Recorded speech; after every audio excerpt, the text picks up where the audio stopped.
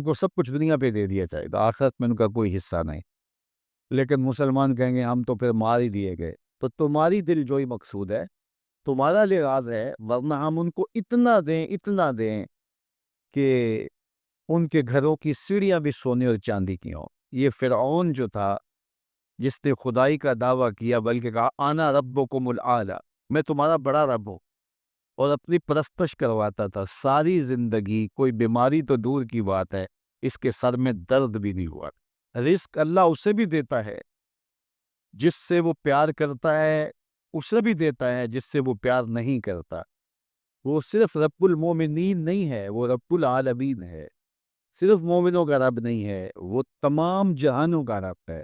لیکن دین صرف اسے دیتا ہے جس سے وہ پیار کرتا ہے، جس سے وہ محبت کرتا ہے۔ یہ بات ذہن میں رکھیے گا کہ اللہ کی محبت کی دلیل یہ ہے کہ آپ کو دین دے دیا گیا۔ جو لوگ بیچارے مزدوری بھی کرتے ہیں، کام کاج بھی کرتے ہیں، ان کے لیے کتنی مشقت ہے کہ جسم کا پانی بھی خشک ہو جاتا ہے، اور وہ اس کے باوجود بھی روزے سے اٹھتے۔ شوگر کے مریض ہیں، ان کے لیے 5-6 گھنٹے بھوک سے کاٹنے مشکل ہوتے ہیں، اور وہ جو ہے وہ 18-20 گھنٹے جو ہے وہ بھوک میں کاٹ رہے ہوتے ہیں، اور پھر جو ان کا حال ہوتا ہے وہ انہیں پتہ ہوتا ہے۔ اسی طرح مختلف بیماریوں اور مختلف امراض میں مبتلا لوگ، صحت مند شخص بھی اتنی شدید گرمی میں اتنی بھوک اور پیاس کاٹتا ہے۔ تو یہ ایک کام ہے۔ تو یہ کیوں کیا جاتا ہے؟ اس کا مقصد کیا ہے؟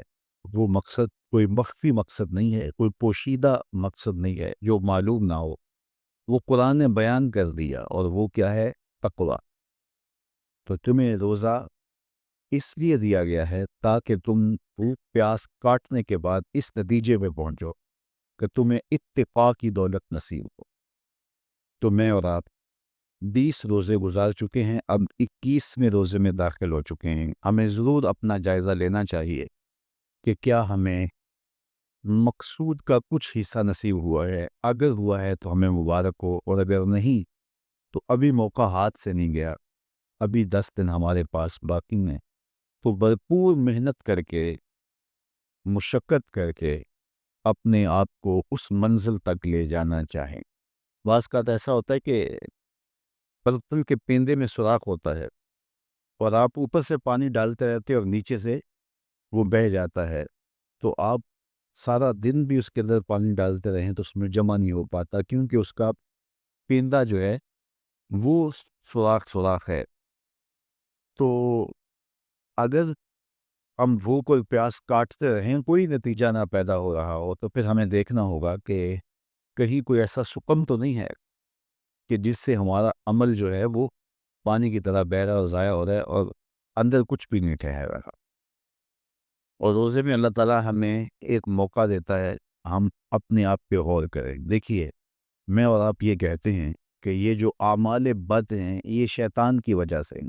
شیطان ایک ایسا بکار، ایک ایسا زیرک، ایک ایسا چالاک دشمن ہے کہ جو ہمیں چاروں طرف سے حملہ آور ہو رہا ہے۔ یہ چمکھی لڑائی ہے شیطان کے ساتھ ہماری۔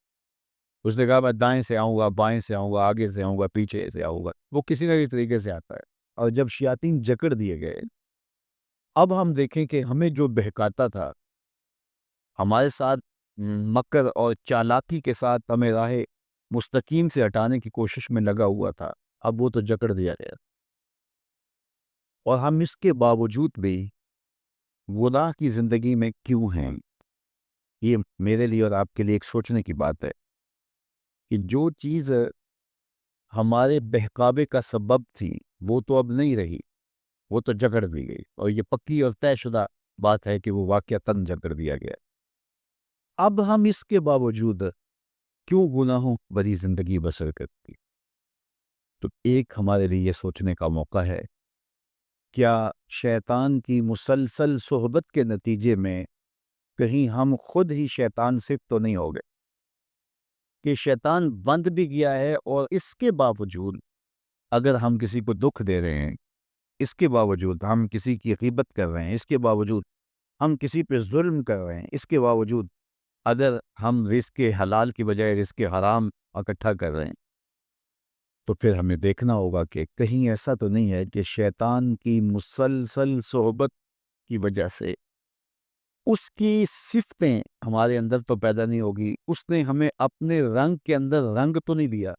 شیطان کی وجہ سے ہم اتنے شیطان وصف ہو گئے, شیطان صفت بن گئے کہ شیطان رخصت بھی ہو چکا, جکڑا بھی گیا, لیکن اپنی عادتیں, اپنے اوصاف, اپنا رنگ ہمارے اوپر چڑھا گیا. ہم جہاں تھے اور وہیں کے وہیں کھڑے ہیں, اور ماہ سیام ہر سال آتا ہے اور گزر جاتا ہے, اور ہم جہاں ہوتے ہیں پھر وہیں کے وہیں ہوتے. بہت سارے لوگ جو ہیں وہ تو پانچ گانہ نماز بھی پڑھنے لگ جاتے ہیں, لیکن رمضان المبارک کے بعد عید کے دن بھی فجر کی نماز چھوڑ دیتے ہیں, اور پھر اس کے بعد نمازوں کا تسلسل. تو اس کی مثال بیان فرمائی اس خاتون کی طرح جو سارا دن سوت گاتی تھی اور شام کو اپنے ہاتھ سے اس گاتے ہوئے سوت کو توڑ دیتی تھی. تو قرآن نے کہا تم اس عورت کی طرح نہ ہو جاؤ جو اپنے ہاتھ سے کاٹتی ہے اور پھر شام کو اس کو توڑ کے ریزہ ریزہ کر دیتی ہے. تو جو بھی نصیب ہو, تھوڑا نصیب ہو, لیکن اگر پیندے میں سوراخ نہیں ہے تو ایک ایک قطرہ بھی روز پڑے گا تو ایک دن برتن بھر جائے گا. اور پیندے میں اگر سوراخ ہے تو جتنا مرضی ڈالتے رہو گے ایک قطرہ بھی اس کے اندر نہیں روک پائے گا. تو سب سے پہلے ہمیں اپنے آپ کو محفوظ کرنا ہوگا, وہ برائی کے راستے بند کرنے ہوں گے, اور اپنے من کی صفائی اور ستھرائی کے لیے کوشاں ہونا پڑے گا. تو یہ رمضان ہمیں سکھاتا ہے, ماہ سیام ہمیں بتاتا ہے کہ ہم کس طرح اپنے آپ کو بچا سکتے ہیں. جب بھی کوئی سائل کسی سے مانگتا ہے تو دو طریقے ہوتے ہیں. کچھ سائل ایسے ہوتے ہیں جو کوئی بات نہیں کرتے, سیدھا آگے ہاتھ پھیلا دیتے. ایک تو سائل یہ ہے. اور سائل مانگنے والے جو بڑے اچھے طریقے سے مانگنے کا بھی فن جانتے تو ان کا طریقہ یہ نہیں ہوتا کہ کسی کے آگے جا کے بس ہاتھ پھیلا دے. پہلے وہ اس کی تعریفیں کرتے ہیں, پھر جو ہے وہ اس کی رحم دلی کا ذکر کرتے ہیں, پھر اس کے مال و اسباب جو اس کو دیے گئے ہیں ان کے قصیدے پڑھتے ہیں, پھر اپنی وفاداری کا اظہار کرتے ہیں, پھر جھولی پھیلاتے ہیں. تو یہ دوسرا اور مہذب طریقہ ہے. ایک تو مانگنے والا اپنی ضرورت کو یوں ہی کسی کے سامنے رکھ دے, اور ایک یہ ہے کہ مانگنے والا اپنی ضرورت کو رکھنے سے قبل جس سے مانگ رہا ہے پہلے اس کی تعریف کرے. اب بندے اللہ سے ہدایت مانگنے کے لیے کھڑے ہوئے, پہلے تو وضو کیا, صاف ستھرے ہوئے, کانوں پہ ہاتھ لگائے, اس کے بعد ہاتھ باندھ کے ادب سے کھڑے ہو گئے, اور اب مانگنے لگیا تو کیا بولے, الحمدللہ رب العالمین. وہ آتے ہیں نا مانگنے والے دروازے پہ, تو کہتے ہیں دوبارہ وسدا روے, فلاں ہو فلاں ہو, وہ تعریفیں کرنے لگ جاتے ہیں. تو یہ مرحلہ ہوتا ہے. ابھی اس نے سوال لب پہ نہیں لایا ہوتا تو گھر والا پہلے بچے کو کہتا ہے جا اتنے پیسے اس کو دے گیا. میاں وہ تو آپ کی تعریفیں کر رہا ہے, مانگ تھوڑا رہا ہے. وہ سمجھتا ہے جو تعریفیں کرنا شروع ہو گیا یہ مانگنے کے لیے تو کر رہا ہے. اللہ اکبر. تو جب بندہ الحمدللہ کہتا ہے رحمت اسی وقت برسنا شروع ہو جاتا. الرحمن الرحیم. میں سخی کی دہلیز پہ کھڑا ہوں جو رحمان بھی ہے جو رحیم بھی ہے. معاذ اپنے کرم سے عطا کرتا ہے, رحم کی بھیک مانگ رہا ہوں. پھر کیا کہہ رہا ہے, مالک یوم الدین. کسی کنگال سے نہیں مانگ رہا, اس سے مانگ رہا ہوں جو مالک ہے, دنیا کا بھی مالک ہے, آخرت کا بھی مالک ہے. پھر اس کے بعد اگلی بات کیا کہتا ہے, ایاک نعبد و ایاک نستعین. مالک میں پوچھتا بھی تجھے ہوں اور مانگتا بھی تجھ سے ہوں. دیکھو سائل اس اعتبار سے بھی دو طرح کے ہوتے ہیں. ایک سائل ہوتا ہے جو بائی پاس پہ اترتا ہے, ایک کے گھر کے سامنے جاتا ہے, یہی طریقہ صحیح مانگنے کا, لیکن جاتا ہے کہ گھر کے سامنے تعریفیں کرتا ہے, اور مالک خانہ کو پتہ ہوتا ہے کہ یہ ہمسایہ سے بھی مانگ کے آیا ہے, میرے گھر سے بھی مانگ رہا ہے, اگلے گھر سے بھی مانگ رہا ہے. تو وہ اسے تھوڑا سا آٹا دے دیتا ہے, 1 روپیہ دے دیتا ہے. اس کو پتہ ہے اس نے پورا گاؤں مانگنا ہے, آدھا گاؤں مانگ آیا ہے, آدھا گاؤں اس نے ابھی مانگنا ہے. تو سارے 1 روپے دیتے ہیں. ایک تو سائل وہ ہے جو در در پہ جاتا ہے, اور ایک سائل بائی پاس سے اترا, وہاں سے پل عبور کیا, پھر گلی سے گزرتے ہوئے یہاں آیا, اور یہاں آ کے آپ کے ساتھ اس نے کہا کہ میں کسی در پہ نہیں گیا, آپ کے پاس آیا ہوں, اب آپ نے میری ضرورت پوری کرنی ہے. تو پھر 8 آنے 5 روپے تو نہیں دیے جائیں گے. پھر تو جو میری استطاعت ہوگی, جو آپ کی استطاعت ہوگی, اس استطاعت کے مطابق دیں گے کہ یہ سارا شہر چھوڑ کے آیا ہے, یہ کسی سے نہیں مانگتا, یہ مجھ سے ہی مانگتا ہے. تو پھر آپ اس کی ضرورت پوری کریں گے. اگر آپ کے بس میں ہوا تو مانگنے والا کیا کہہ رہا ہے؟ ایاکا نعبدو، یہ پیشانی کہیں اور نہیں جھکتی، وایاکا نستعین، یہ جھولی کسی اور چوکھٹ پہ پھیلتی نہیں۔ وہ کریم، وہ مالک رب جو تمام جہانوں کا رب ہے، میں اس کی دہلیز پہ کھڑا ہوں، اور آیا سیدھا اسی کی دہلیز پہ ہوں، نہ اس سے پہلے کسی در پہ گیا ہوں نہ اس کے بعد کسی در پہ جانا ہے، تو پھر مالک بھی کرم نوازیاں اور رحمتیں اس کی جھولی میں ڈال دیتا ہے۔ اب اتنی لمبی تمہید باندھنے کے باوجود مانگا کیا؟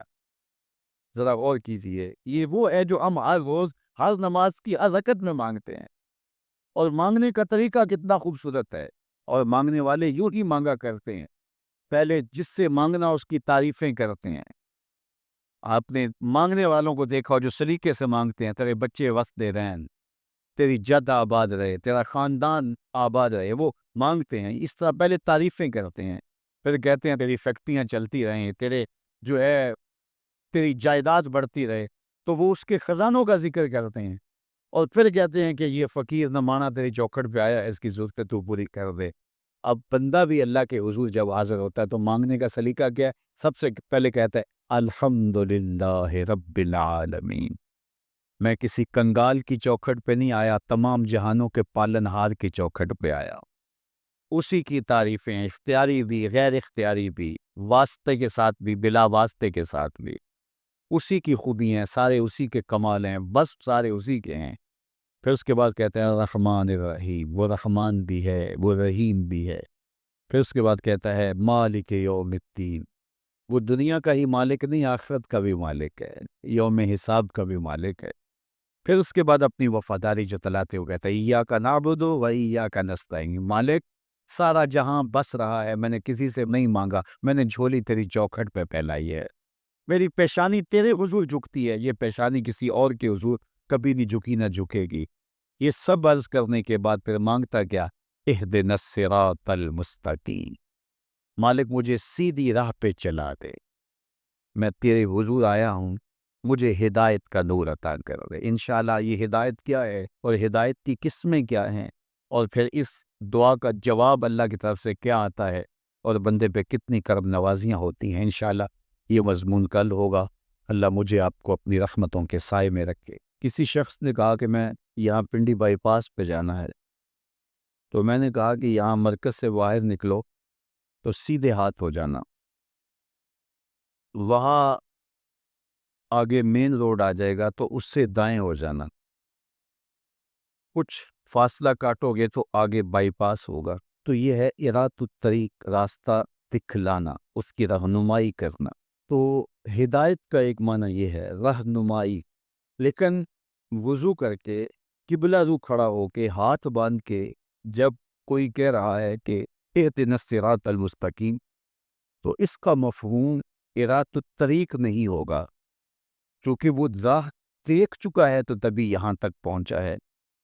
اب اس کا دوسرا معنی ہوگا ایصال الی المطلوب، مطلوب تک پہنچنا، اور وہ کیسے ہے کہ کسی نے کہا کہ میں نے بائی پاس پہ جانا ہے اور آگے میں نے شہر کی طرف جانا ہے، تو میں نے اس کو کہا یہاں سے نکلو، دائیں ہو جاؤ، پھر جو ہے وہ پھر دائیں ہو جانا، پھر بائیں جانب کی ڈائریکشن لینا، پھر آگے چلے جانا تو شہر آ جائے گا۔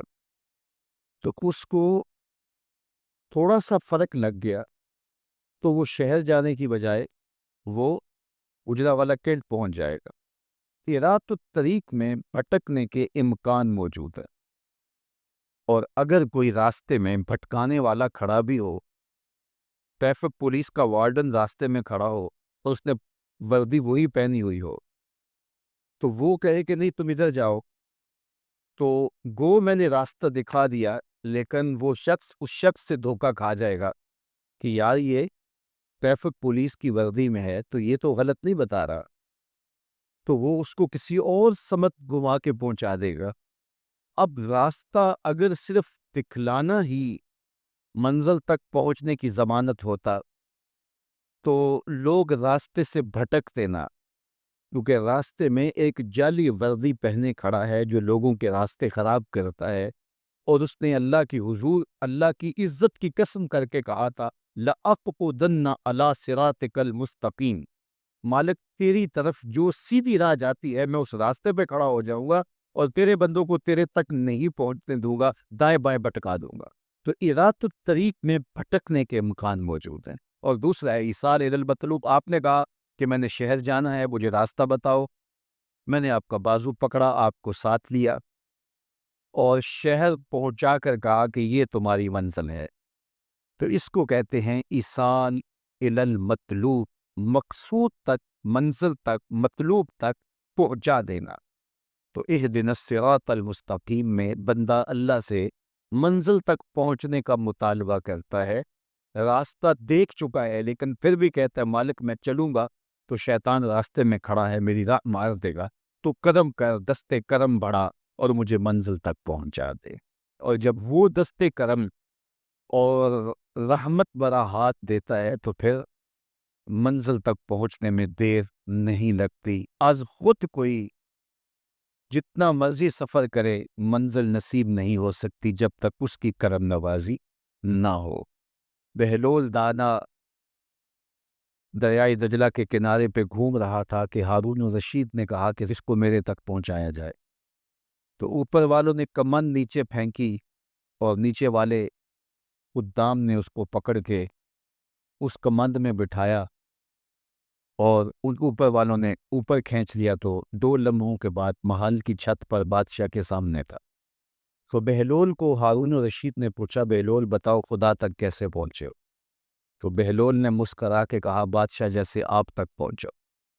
کہا بات سمجھ نہیں آئی۔ کہا میں خود آنا چاہتا تو کئی واسطوں سے گزر کے دیوان خانے میں پہنچتا، پھر درخواست جمع کرواتا اور پھر آپ تک کئی واسطوں سے وہ درخواست پہنچتی، پھر آپ وقت دیتے، جو وقت آپ نے دیا ہوتا، ہو سکتا آپ کے کوئی شاہی مہمان آ جائیں اور کسی ملک کا کوئی سفیر آ جائے اسی تاریخ کو، تو میری ملاقات منسوخ ہو جاتی، میں چاہتا تو مہینے سال لگ جاتے، ملاقات ہوتی نہ ہوتی، اور جب آپ نے چاہا ہے تو 2 گھڑیاں بھی نہیں لگی۔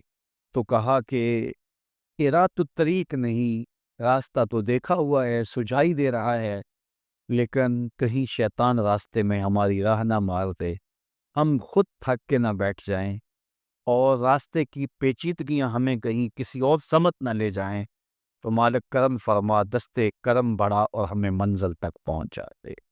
تو جب یوں سوال کیا تو جواب کیا آیا، صراط الذین انعمت علیہم۔ تو یہ سائل کے سوال کے اندر ہی جواب ہے، فوراً اس کے لبوں پہ یہ سوال جاری کر دیا گیا جس میں جواب ہے، مالک ان لوگوں کے راستے پہ چلا جن پر تیرا انعام ہوا۔ اور اللہ کا انعام کن پر ہوا؟ انبیاء پر، صدیقین پر، شہداء پر اور صالحین پر۔ اس طبقے پر اللہ تعالیٰ کا انعام اور اس کی کرم نوازیاں نازل۔ تو کہا اگر تم میرے تک پہنچنا چاہتے ہو تو انبیاء کے راستے پہ چلو، صدیقین کی راہوں پہ چلو، صالحین اور شہداء کے راستے پہ چلو، تمہیں منزل نصیب ہو۔ یہ وہ خوش نصیب لوگ ہیں جو میرے تک پہنچے ہوئے ہیں، اور جب تم ان تک پہنچ جاؤ گے جو خدا رسیدہ ہیں تو تم بھی منزل تک پہنچ جاؤ۔ علماء کے مابین اس بات میں اختلاف ہے کہ مکہ المکرمہ افضل ہے یا مدینہ الرسول افضل ہے صلی اللہ علیہ وسلم، ایک علمی اختلاف ہے۔ بعض نے کہا مکہ افضل ہے، دلائل دیے، بڑا وزن ہے دلائل میں۔ بعض نے کہا مدینہ المنورہ افضل ہے، دلائل دیے، بڑا زور ہے دلائل۔ جو مدینہ المنورہ کی عظمت کے قائل ہیں، افضل ہونے کے قائل ہیں، وہ مکہ المکرمہ کی عظمت کے منکر نہیں ہیں۔ جو مکہ المکرمہ کے افضل ہونے کے قائل ہے وہ مدینہ المنورہ کی عظمت کے منکر نہیں ہیں۔ یہ علمی اختلاف ہے، دلائل ہے دونوں جانب۔ بعض نے کہا مکہ شریف افضل، بعض نے کہا مدینہ شریف افضل۔ شیخ عبدالحق محدث دہلوی نے ایک تیسرا مسلک پیش کیا، وَأَنْتَ حِلٌّ بِهَذَا الْبَلَدِ سے روشنی لے کر کے۔ بعض نے کہا مکہ شریف افضل، بعض نے کہا مدینہ شریف افضل۔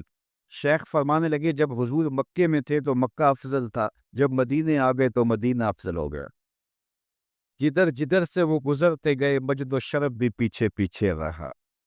چند لمحوں کے لیے ٹھہرے تھے تم جس پیڑ کے نیچے، چند لمحوں کے لیے ٹھہرے تھے تم جس پیڑ کے نیچے، سنا ہے آج تک اس پیڑ کا سایہ مہکتا ہے۔ مکے میں تھے تو مکہ افضل تھا، مدینے میں تھے تو مدینہ افضل تھا۔ ایک بار وہ جدھر سے گزرے اے نصیر، ایک بار وہ جدھر سے گزرے اے نصیر، بار بار ادھر سے بہار گزری ہے۔ تو جو مکے میں تھے تو مکہ افضل تھا، مدینے میں آ گئے تو مدینہ افضل ہے۔ تو شرف مکان کا نہیں ہوتا، شرف مکین کا ہوتا ہے۔ حضرت شیخ شہاب الدین سہروردی علیہ رحمہ سے کسی نے کہا کہ میں ایک مسئلہ پوچھنا ہے۔ آپ نے کہا پوچھئے۔ کہا کہ اس کائنات میں سب سے افضل جگہ کون سی ہے؟ تو شیخ نے فرمایا بیٹا وہی جگہ جہاں حضور تشریف فرمائے۔